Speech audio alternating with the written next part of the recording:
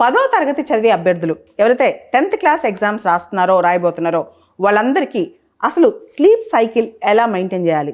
చాలామంది అభ్యర్థులు ఏం ఆలోచిస్తారు తెలుసా? రాత్రంతా చదవాలి, టెన్షన్కి ఏం చేస్తారు, నైట్ 1-2 వరకు చదువుతారు. దానివల్ల ఎగ్జామ్కి సంబంధించిన టైం టేబుల్ డిస్టర్బ్ అవుద్ది. స్లీప్ టైం టేబుల్లో మన బాడీకి ఒక సైకిల్ మెయింటైన్ చేయాలి. రాత్రి రోజు 10:30-11 కల్లా ఖచ్చితంగా పడుకోవాలి. పొద్దున 6 వరకు అంటే 7 అవర్స్ స్లీప్ అనేది మస్ట్ అనమాట. ఫస్ట్ పాయింట్ 7 అవర్స్ స్లీప్ ఖచ్చితంగా ఉండాలి.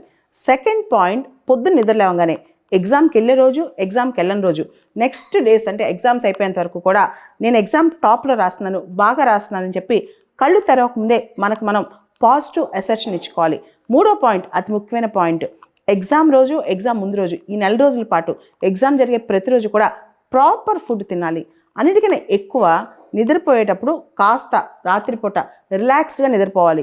ఎప్పుడు కూడా కలవరపడుతూ నిద్రపోకూడదు ఎగ్జామ్స్ టైంలో. మోస్ట్ ఇంపార్టెంట్లీ పగలు నిద్ర ఎగ్జామ్స్ టైంలో అలవాటు చేసుకోకూడదు. ఎందుకంటే ఎగ్జామ్ రోజు పగలు నిద్రపోయే అవకాశం ఉండదు. దానికి కారణం ఎగ్జామ్ టైంలో మైండ్ మంపుగా ఉంటే కనుక ఆన్సర్స్ ఫాస్ట్గా గుర్తురావు అనమాట. కాబట్టి రాత్రిపూట నిద్రపోండి, పగలంతా ప్రిపేర్ అవ్వండి, రోజు ఒక మోడల్ ఎగ్జామ్ రాయండి. ధనిక్ భారత్ ఇంటర్మీడియట్ కాలేజ్ తరఫున మీకు ఎగ్జామ్ టెక్నిక్స్ షార్ట్ కట్లో సిరీస్ లాగా రిలీజ్ అవుతాయి.